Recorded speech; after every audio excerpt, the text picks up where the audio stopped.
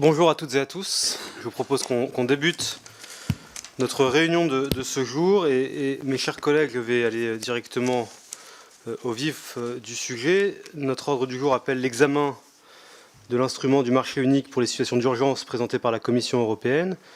Et donc je donne tout de suite la parole à nos deux référentes sur le sujet, Sabine Thier et Marietta Karamanli, qui vont nous présenter les résultats de leur analyse de ce texte ainsi qu'un projet d'avis politique. Chers collègues, la parole est à vous. Merci, Monsieur le Président. Je précise, effectivement, on fait une communication à deux voix, puisque c'est un travail qui se fait en binôme depuis le début de ces travaux. Donc, je vais commencer par l'instrument du marché unique pour les situations d'urgence. Et comme nous l'avions déjà annoncé début octobre, l'objet de notre communication est d'analyser deux initiatives de la Commission européenne visant à renforcer le marché unique. Et le sujet est d'actualité puisque nous célébrons cette année les 30 ans du lancement du marché unique. La première initiative dont nous souhaitons vous parler est l'instrument de marché unique pour les situations d'urgence présenté par la Commission européenne le 19 septembre dernier. L'objectif du paquet d'actes législatifs est de permettre à l'Union de faire face à des situations de crise mettant en danger le bon fonctionnement du marché intérieur, comme celle survenue lors de la pandémie avec la fermeture des frontières qui a entravé la circulation des travailleurs transfrontaliers et saisonniers. En premier lieu, donc, l'instrument crée une architecture de réponse graduée aux crises qui confère des prérogatives renforcées aux États membres et à la Commission européenne. Et d'abord, il y a le mode de prévention, c'est-à-dire actif en toutes circonstances, qui instaure donc des protocoles de crise, l'échange d'informations entre les parties prenantes publiques et privées. Et il sera donc complété par des stress tests permettant donc d'évaluer la résilience du marché unique. Ensuite, il y a le mode de vigilance qui facilitera le suivi des chaînes d'approvisionnement critiques et permettra donc à la Commission européenne d'imposer aux États membres la constitution de réserves stratégiques en cas de carence au niveau national. Et enfin, il y a le mode d'urgence qui autorise la Commission européenne à prendre des décisions extraordinaires. Elle pourra, sous peine d'amende, demander aux entreprises de lui communiquer des informations sur leur production ou de prioriser les commandes critiques. Soyons clairs sur ce dernier point sensible, rien ne pourra être initié sans l'accord des États membres et selon une règle de double activation. En effet, le mode d'urgence doit d'abord être activé par le Conseil de l'Union à la majorité qualifiée. La Commission européenne doit ensuite adopter un acte d'exécution pour chaque nouvelle mesure à laquelle peuvent donc s'opposer les États membres à la majorité qualifiée. Et nous appelons donc les colégislateurs à être vigilants sur plusieurs enjeux qui sont déclinés dans le projet d'avis politique que nous vous soumettons. La notion de crise nécessaire à l'activation des différents modes d'instruments pourrait aussi être mieux définie. Par exemple, il y a une liste non exhaustive de situations possibles qui pourraient ainsi être inclus dans le texte. Le règlement, par exemple, qualifie comme tel tout événement exceptionnel, inattendu et soudain naturel ou d'origine humaine, de nature et d'ampleur extraordinaire, qui menacerait finalement le fonctionnement du marché intérieur. Et par exemple, tout ce qui est tension sur l'approvisionnement en engrais pourrait aussi aujourd'hui justifier l'activation du mode de vigilance pour ce secteur spécifique. En cas d'activation, l'incidence de l'instrument sur l'activité des opérateurs économiques et des partenaires sociaux doit être minimisée dans la mesure du possible et plusieurs donc leviers peuvent être mobilisés pour garantir la proportionnalité des mesures prises. En amont, le groupe consultatif qui est chargé de conseiller la Commission européenne, qui devra donc pleinement associer les parties prenantes, et en aval, les obligations et le cas échéant, les amendes imposées aux entreprises qui devront être modulées selon leur taille et leurs ressources. Enfin, l'équilibre entre la préservation du marché unique et la protection des droits fondamentaux gagnerait à être redéfini au bénéfice de ces dernier.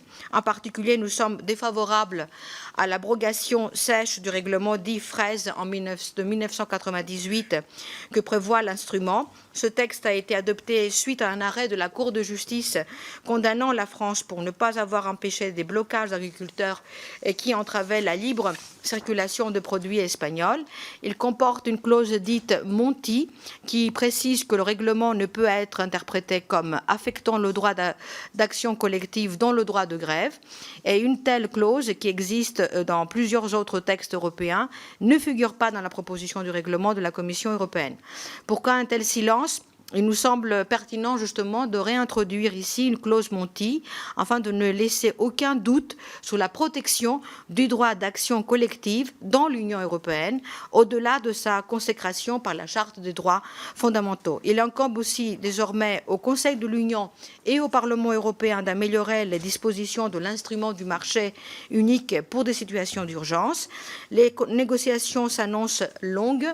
Aucun calendrier précis n'est envisagé aujourd'hui. D'une part, la majorité des États membres, dont la France, a accueilli favorablement cette initiative. Parmi les réserves exprimées, plusieurs pays, dont les Pays-Bas et la Suède, ont alerté sur la nécessité d'éviter toute charge administrative indue pour les entreprises.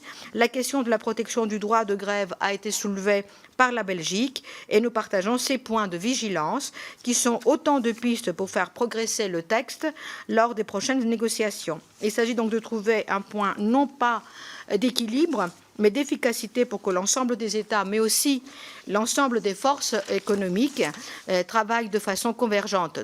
D'autre part, la Commission du marché intérieur du Parlement européen, dite IMCO, a été saisie au fond en décembre dernier. Et en second lieu, le paquet proposé par la Commission européenne apporte des dérogations ciblées à la législation harmonisée sur les produits par l'intermédiaire d'un règlement et d'une directive. Et ces textes amende les règles d'harmonisation valables pour les 14 secteurs, dont tels que les engrais par exemple ou les matériaux de construction, lorsque le mode d'urgence de l'instrument est activé. Et parmi les évolutions notables, l'évaluation de la conformité des produits liés à la crise réalisée par des organismes notifiés par les États membres pourra être aussi priorisée. Et ces produits, qu'ils soient nécessaires à la gestion de crise ou insuffisamment disponibles, pourront bénéficier d'une autorisation temporaire de mise sur le marché. La Commission donc européenne a précisé que cette souplesse réglementaire ne devait en aucun cas réduire le haut niveau de protection de la santé et de l'environnement garanti dans l'Union européenne, et nous partageons cette exigence qui est, selon nous, compatible avec une capacité de réaction accrue face aux crises. Sabine, donc... Non, là, il y a les interventions. Donc, on vous a... Voilà. Donc... Vous avez terminé? D'accord. Non, mais... Ouais, ouais. Sur la première partie. Je ne sais pas quand est-ce que vous avez terminé, très bien.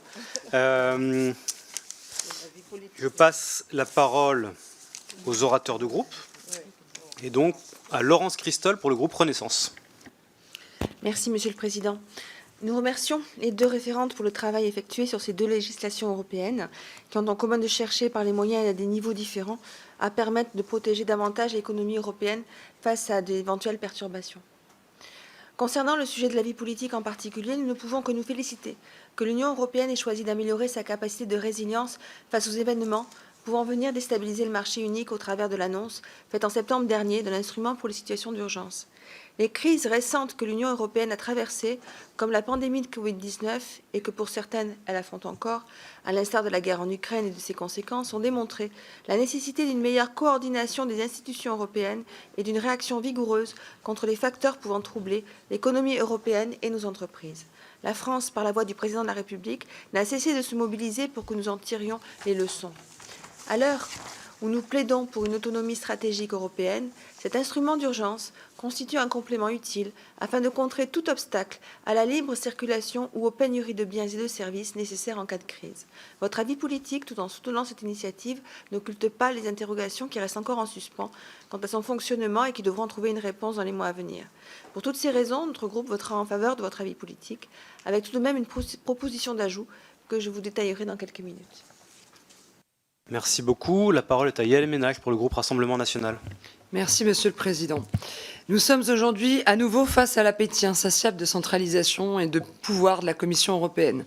Cela concerne cette fois le marché unique européen et ses 4 piliers que sont la libre circulation des biens, des capitaux, des services et des personnes.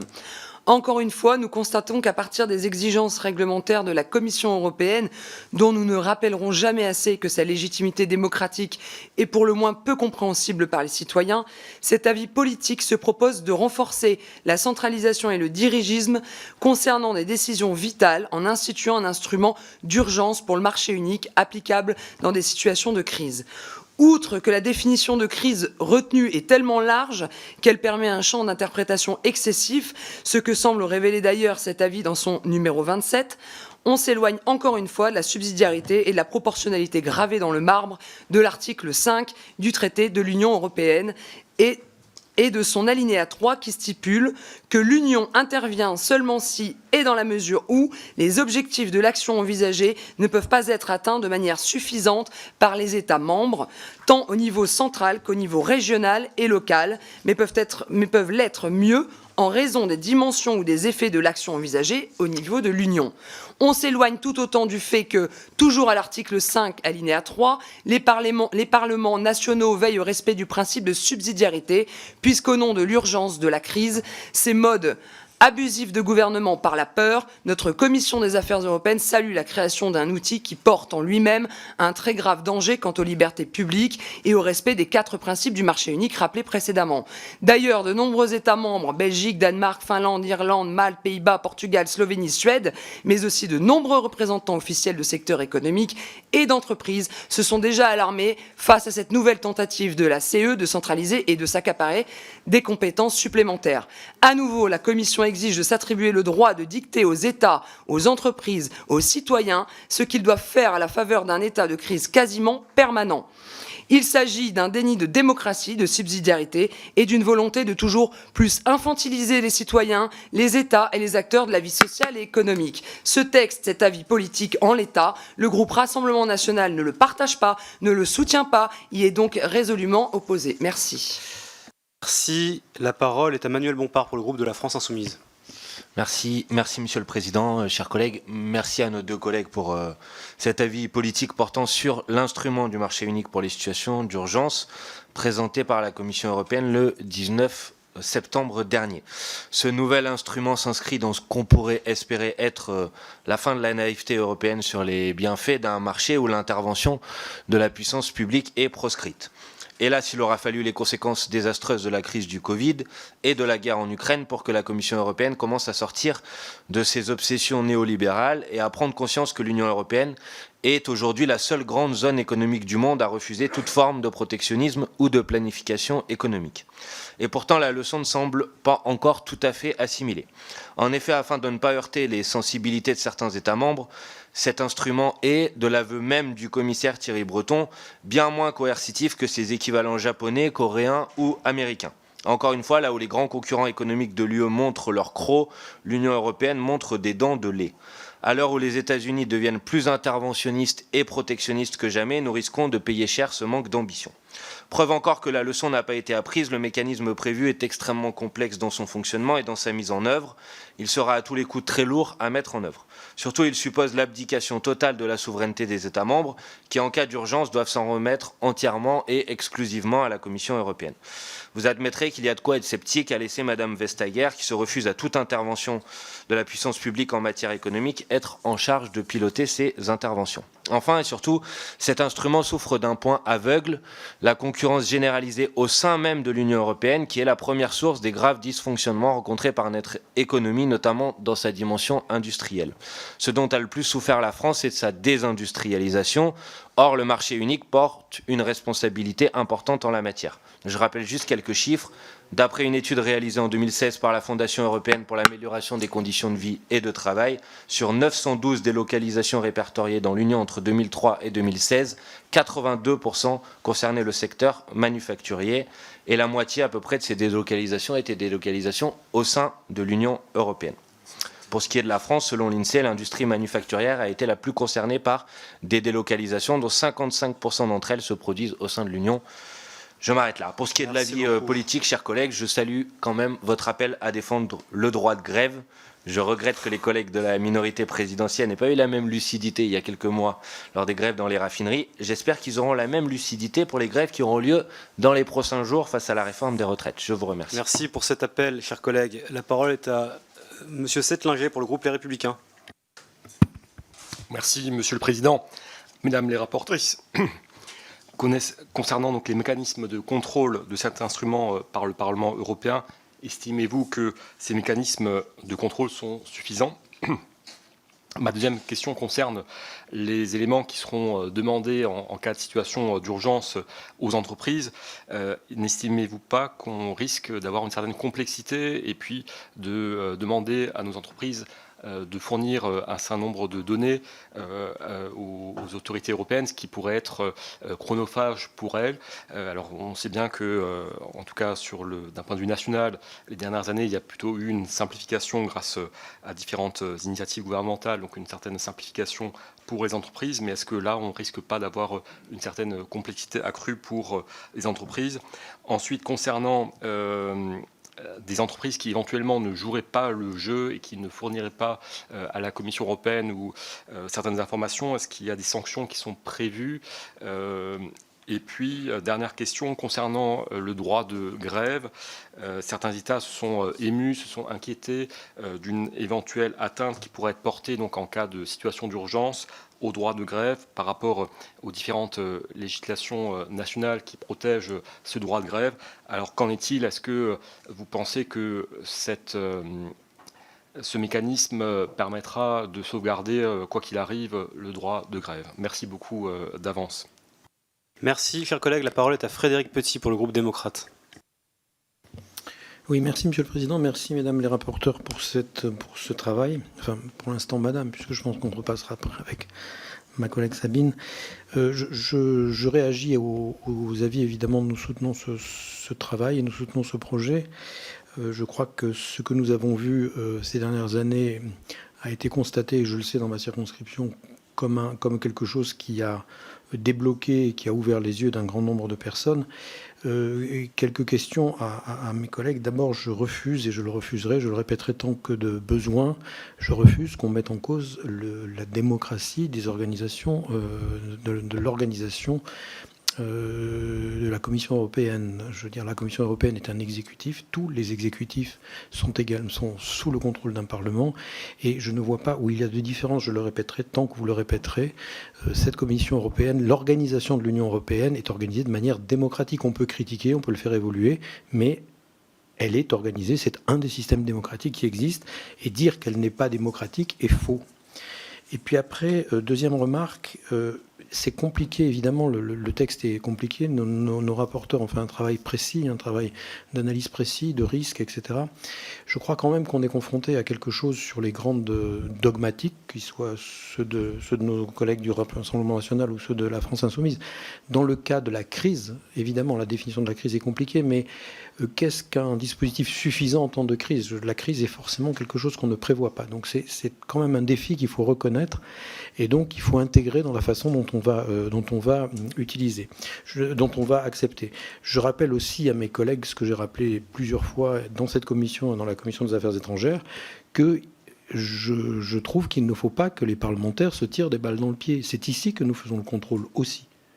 Donc dire qu'il n'y a pas de contrôle démocratique, c'est dire qu'ici nous ne sommes pas en train de travailler et que nous ne sommes pas représentatifs. Voilà, ici nous sommes en place. Voilà, après sur la... Oui voilà, c'est mon avis. Merci. Merci beaucoup. La parole est à Henri Alfandari pour le groupe Horizon. Merci Monsieur le Président, Mesdames les référentes, chers collègues. Cet avis politique salue à raison la proposition de la Commission qui pose un cadre légal solide pour son action et celle des États membres en cas d'urgence sur le marché unique. La proposition de la Commission permet en effet de préserver le principe de subsidiarité. Le cadre des mesures d'urgence ne pouvant être déclenché qu'à majorité qualifiée du Conseil. Il permet aussi un certain nombre de mesures préventives comme l'acquisition de coordonnées de biens stratégiques par les États membres et la Commission en vue d'un incident majeur. Nous partageons les réserves exprimées dans l'avis politique. notamment la définition de la crise, qui doit à tout prix exclure l'expression normale d'une demande sociale, notamment par l'action collective. Les demandes que la Commission peut formuler en cas de crise aux opérateurs économiques doivent être aussi précisées, notamment lorsqu'elles sont adressées aux TPE et aux PME, et ce, afin de préserver leur activité. En conséquence, le groupe Horizon et Apparentés votera pour ce projet d'avis politique. Merci beaucoup. Je redonne tout de suite la parole au rapporteur pour vous répondre. Merci beaucoup, chers collègues, pour vos soutiens ou pour vos remarques. Madame Ménage, je crois que vous sous-estimez quand même ce qu'on a dit. La Commission européenne ne peut pas activer les mécanismes comme ça. Elle ne pourrait rien initier sans l'accord des États membres. Ça, c'est très, très clairement précisé. Et vous avez bien, au Conseil de l'Union, siègent quand même les représentants des États membres qui peuvent décider à la majorité qualifiée. Et la Commission doit en plus ensuite adopter un acte d'exécution, comme on l'a bien précisé, pour chaque nouvelle mesure. Et à nouveau, les États membres peuvent s'opposer à la majorité qualifiée. Donc, et le principe de subsidiarité que vous évoquez, c'est un principe protecteur des compétences des États membres. Personne le met en cause. Et l'intervention de l'Union européenne est légitime quand les États membres ne peuvent pas agir tout seuls. Et je crois que la crise a bien montré que nous devons par moment, pas pour tout, mais par moment, agir ensemble, parce que sinon le coût de la non-Europe, sur certains cas, serait bien plus important et bien plus difficilement à supporter par chaque État membre. Et nous avons aussi également le principe de la proportionnalité qui définit quand même bien jusqu'où l'Union européenne peut aller ou pas. Voilà. Alors, je remercie effectivement l'ensemble des collègues des remarques très pertinentes qu'ils ont soulevées dans leur intervention. Oui, c'est un texte très technique et effectivement assez complexe. Moi, je voulais effectivement revenir sur 2-3 éléments qui ont été, les uns et les autres ont rappelé. Alors, effectivement, on ne veut pas que ce soit un instrument aveugle. C'est pour ça, d'ailleurs, on a soulevé un certain nombre de principes qui ont été soulignés dans vos questions comme dans vos interventions plus globales sur, effectivement, les leviers qu'on peut enclencher, le rôle que nous pouvons poser aussi et jouer au niveau de la Commission, la nôtre, Monsieur le Président, mais aussi veiller à ce que les parlements également et le gouvernement s'en saisissent de ces éléments. Il a été question tout à l'heure de désindustrialisation. Oui, ça fait partie un peu, je crois, et heureusement que les choses évoluent parce que avant la crise, c'était vraiment une désindustrialisation qui a été mise en place au fur et à mesure sur différents pays, pas seulement la France, et d'autres pays connaissent d'autres secteurs. Et effectivement, aujourd'hui, tout le monde autour de la table évoque comment on peut activer la réindustrialisation, la reproduction d'un certain nombre de biens, et je dirais matériels ou immatériels. Et effectivement, on l'a eu avec l'occasion de la crise sanitaire, nous l'avons rappelé à plusieurs reprises ici dans la commission précédemment, qu'il est nécessaire de recentraliser un certain nombre de productions. La responsabilité de l'Union européenne, oui, et je dirais aussi le droit de grève nous semblait essentiel de le rappeler. Il nous semblait essentiel d'insister sur les droits fondamentaux qui font aussi la base de notre démocratie et la base aussi de cette Union européenne au départ. Hein, nous n'oublions pas.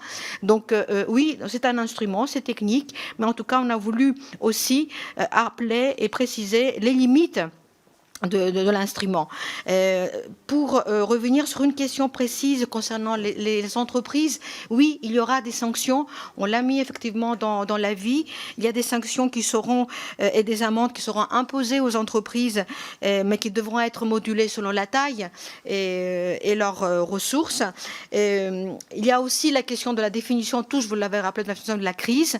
Donc ça mérite d'être encore poussé. Ici, c'est un avis qu'on donne. C'est c'est une communication, mais on pourra dans l'avenir se saisir aussi d'un rapport au fur et à mesure que les discussions évoluent au niveau du Parlement et du Conseil, de la Commission européenne, pour affirmer de manière encore plus forte qu'une communication. Voilà, donc en tout cas, merci pour le soutien. On a essayé d'être vraiment très fidèles aux principes et aux valeurs démocratiques qui nous animent tous ici. Et je regrette que le rassemblement, effectivement, sur ces valeurs-là, ne se retrouve pas. Je vous remercie. S'il n'y a pas d'autres demandes de prise de parole, je vous propose qu'on passe maintenant à l'examen de l'article unique du projet d'avis politique et de l'amendement qui a été déposé. Je donne la parole à Laurence Christol pour la présentation de cet amendement. Merci, Monsieur le Président. Cet amendement a pour objectif de réécrire l'alinéa 12. En fait, le principe, il est que aujourd'hui, le commerce mondial devient de plus en plus compétitif entre les grandes zones d'échange et il est indéniable qu'il est souhaitable de rappeler que la réalisation du marché unique, la convergence réglementaire qu'il engendre, constitue une des forces de l'Union européenne. Voici le sens de cet amendement. Je vous remercie. Merci beaucoup. J'ai été saisi par les deux co-rapporteurs d'un sous-amendement que je les laisse présenter. Oui, justement, nous souhaiterons plutôt substituer au mot l'atout principal le mot un atout économique important, parce que le marché unique ne représente pas à lui tout seul un atout principal de l'Union européenne, même s'il est évidemment extrêmement important. Donc nous partageons évidemment l'esprit de cet amendement, mais comme je disais, cet espace de liberté, donc nous célébrons les 30 ans, permet aux entreprises de s'adresser à plus de 500 millions de consommateurs, un peu moins peut-être maintenant. Et c'est une force de la scène internationale, donc on doit se saisir, et c'est surtout aussi une puissance normative. Et on voit bien que les normes qui sont établies souvent donnent quand même aussi un cadre, influencent le cadre mondial. Donc la réforme des organismes européens de normalisation, votée en décembre dernier par le Parlement et par le Conseil, va dans ce sens-là. Les membres américains et chinois présents au sein des organismes européens ne pourront plus bloquer l'élaboration de nouvelles normes. Donc l'objet de notre sous-amendement est de préciser les avantages qui peuvent en plus être attendus du marché unique, et je pense que ce n'est pas simplement la suppression des barrières qui va renforcer la souveraineté européenne qu'on appelle un peu de nos voeux. Et je crois qu'il y a un gros sujet qui nous attend, et c'est quand même ce qui se passe du côté des Américains avec le Inflation Reduction Act, auquel on doit trouver une réponse. Ça serait une réponse au niveau de notre politique industrielle et trouver des leviers économiques pour asseoir notre autonomie stratégique. Et ça demande des éléments qui vont au-delà, j'ai envie de dire. Je voulais également ajouter un autre élément, c'est qu'en fait, on partage donc cet esprit, donc effectivement de principal atout, mais au plan économique, parce que le marché unique, c'est pas le seul atout. Je voulais insister sur la question de l'idée de la capacité de souveraineté économique dont il est question aujourd'hui, dont on parle aujourd'hui un peu de plus en plus, et qui émerge donc dans l'Union européenne. Et puis, je voulais aussi ajouter que cela a été fortement dit lors de la dernière COSAC, et le président ici présent pourrait effectivement confirmer qu'on a beaucoup parlé de cet atout principal économique qui est finalement aujourd'hui au sein de l'Union européenne. Et comparativement au reste du monde, je pense qu'il faut rappeler que dans la communication, nous avons insisté particulièrement sur notre capacité européenne à répondre à la fois aux mesures américaines. Les États-Unis ne sont pas non plus qu'un grand marché unique. Donc voilà, donc en cohérence, on proposait plutôt ce sous-amendement qui est plus juste par rapport à l'esprit de la communication et ce que nous avons affirmé tout à l'heure. Merci. Je mets donc aux voix le sous-amendement. Qui est pour ? Qui est contre ? Il est adopté. Et je mets aux voix l'amendement ainsi modifié. Qui est pour? Qui est contre? Il est adopté. Sur le projet d'avis politique ainsi amendé, est-ce qu'il y a des demandes d'explication de vote? Non. Je mets donc aux voix l'article unique du projet d'avis politique ainsi modifié. Qui est pour? Qui est contre? Il est adopté. Je vous remercie et je vous propose que l'on au point suivant, en soulignant simplement que ces avis politiques, une fois adoptés, sont transmis à la Commission européenne et au gouvernement pour bien que la position de la Commission des affaires européennes de l'Assemblée nationale soit prise en compte et qu'une réponse nous soit évidemment apportée.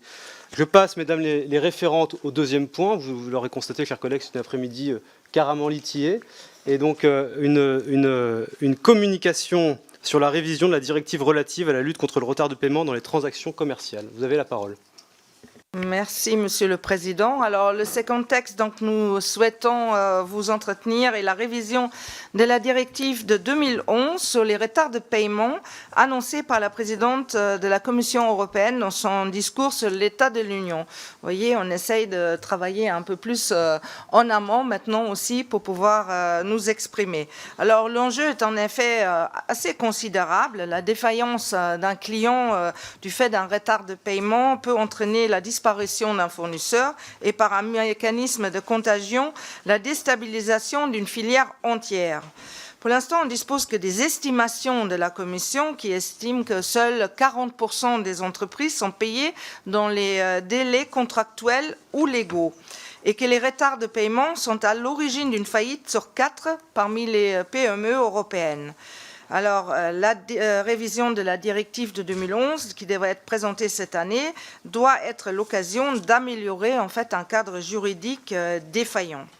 D'abord, les entreprises créancières renoncent trop souvent à recourir aux règles protectrices de la directive de 2011, telles que la possibilité d'imposer des intérêts moratoires. Une entreprise, et c'est normal, c'est logique, privilégie en pratique le maintien de bonnes relations commerciales, même en cas de non-respect des délais de paiement, parce qu'on préfère toujours de ne pas perdre un client. Ces délais sont fixés en principe à 30 jours pour les administrations publiques et les entreprises. Le recours à la médiation, très actif en France, pourrait peut-être aussi être encouragé dans l'Union européenne. C'est en tout cas une proposition. Ensuite, les paiements inter-entreprises peuvent dépasser le délai de 30 jours en cas d'accord entre les parties, sous réserve que cette dérogation ne constitue pas un abus manifeste de la part de l'entreprise débitrice.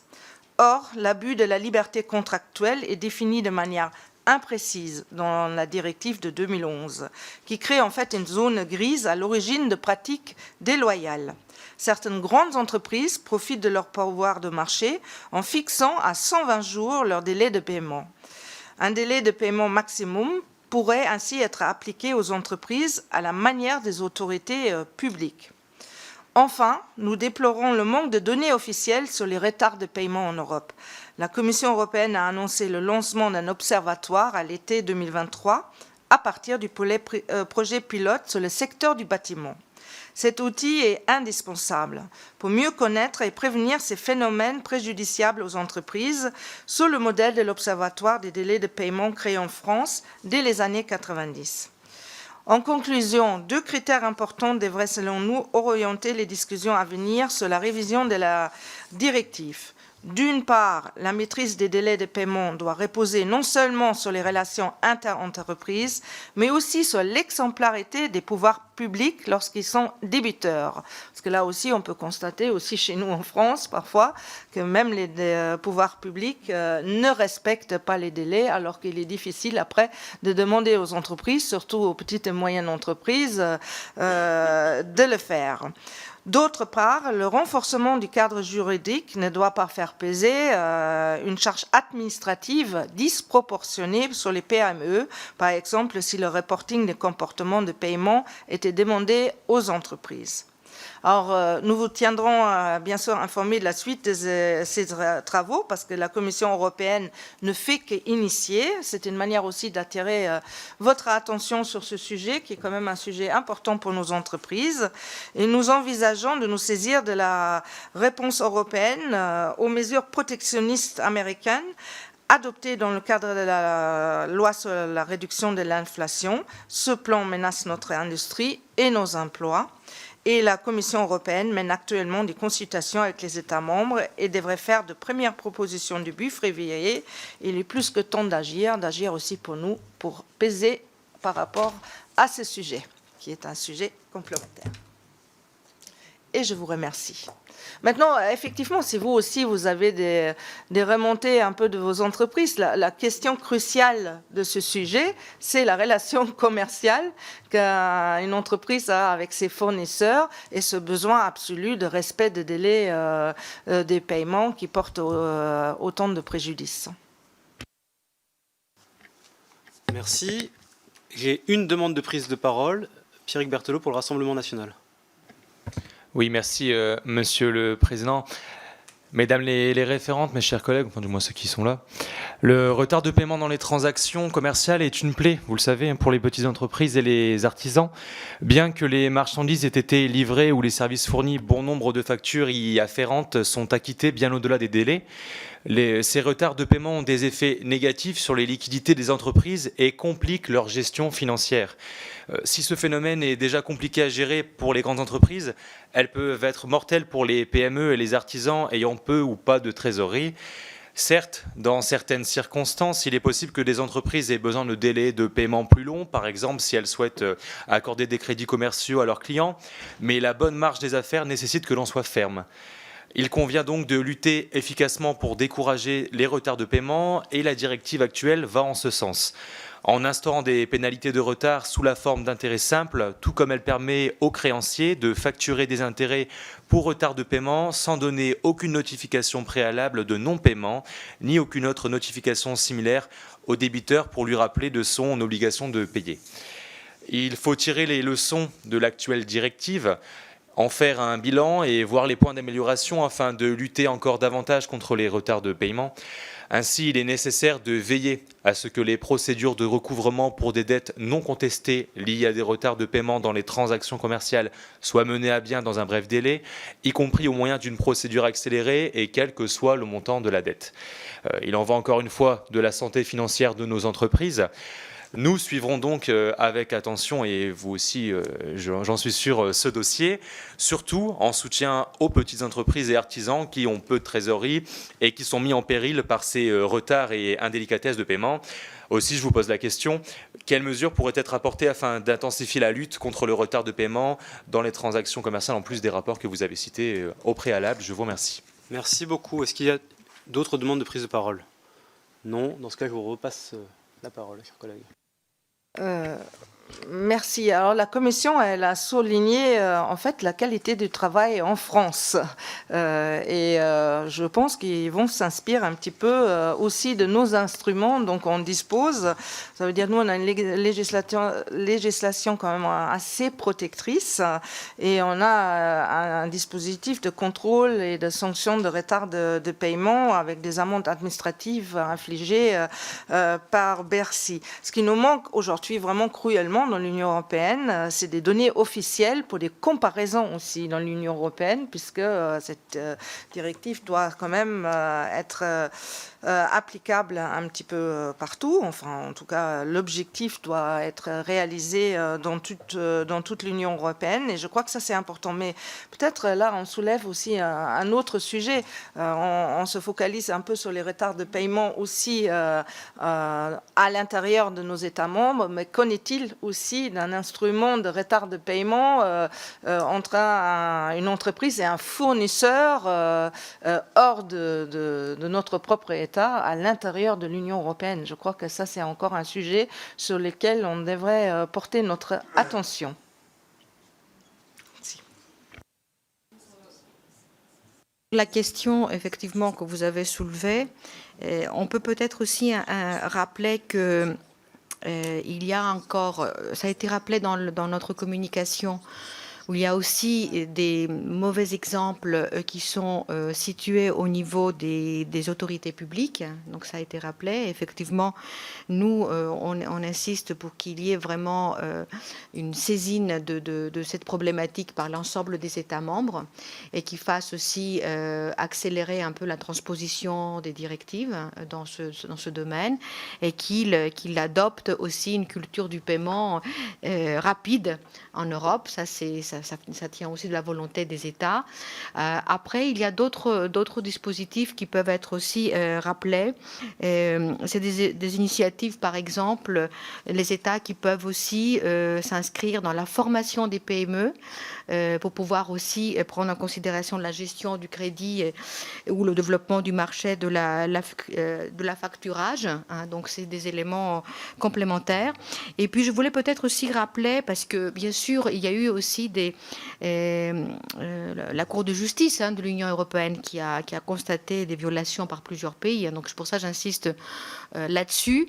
Et également, sur le dernier aspect, c'est suite au rapport de l'Observatoire qui a été publié sur l'année 2021, mais qui a été publié l'année dernière, et qui insistait justement sur un retour à la situation normale depuis justement la fin de la crise sanitaire. Donc ça, c'est plutôt un bon élément d'évolution.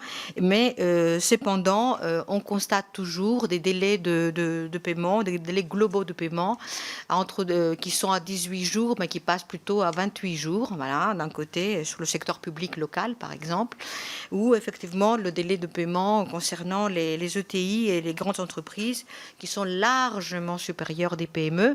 Donc effectivement, il y a encore beaucoup d'efforts à faire et je pense que notre communication apporte une petite pierre.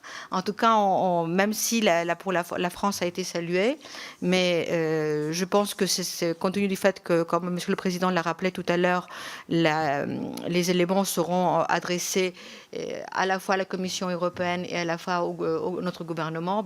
Nous espérons que des bonnes pratiques se mettent en place pour accélérer le respect des délais. Peut-être encore pour bien préciser ce que tu viens de dire, c'est les données de l'Observatoire français.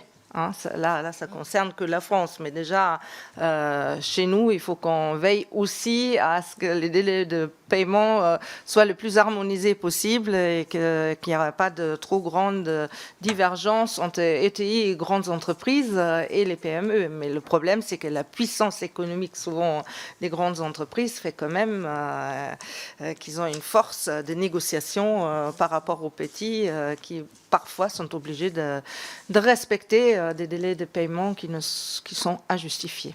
Merci. Merci beaucoup à toutes les deux pour votre travail sur ces deux rapports. S'il n'y a pas de demande de prise de parole, je vous propose qu'on conclue notre réunion ici et nous nous retrouvons mercredi prochain à 13h45 pour l'audition de l'ambassadeur d'Allemagne en France. Nous serons 2 jours ou 3 jours après l'anniversaire du traité de l'Élysée, les 60 ans qui seront célébrés ce dimanche, d'abord à la Sorbonne avec une allocution des 2 présidentes de l'Assemblée nationale et du Bundestag, ainsi que du chancelier allemand et du président de la République, et l'après-midi avec toute une série d'événements ici à l'Assemblée nationale. Et je ne peux que vous inviter et vous inciter à venir dimanche à Paris pour que nous soyons à la hauteur de l'honneur que nous feront nos collègues allemands qui, eux, viendront à 150 depuis Berlin. Et donc, il serait de bon ton que nous soyons dans les mêmes proportions. Voilà. Je vous remercie et je vous souhaite une bonne semaine. Sabine, je te laisse, bien sûr. Monsieur le Président, cher Pierre-Alexandre, à l'heure actuelle, nous sommes 65 Français et 150 Allemands. Hein. Donc, je voudrais juste le préciser et ça serait très, très, très bien si on pourrait se mobiliser, même si c'est un dimanche, même si c'est peut-être un peu compliqué. Merci, chers collègues. Effectivement, précision utile, nous sommes bien peu, nous sommes la moitié de ce que sont nos collègues allemands. Donc passez le message dans vos groupes respectifs. Merci et bonne fin de semaine.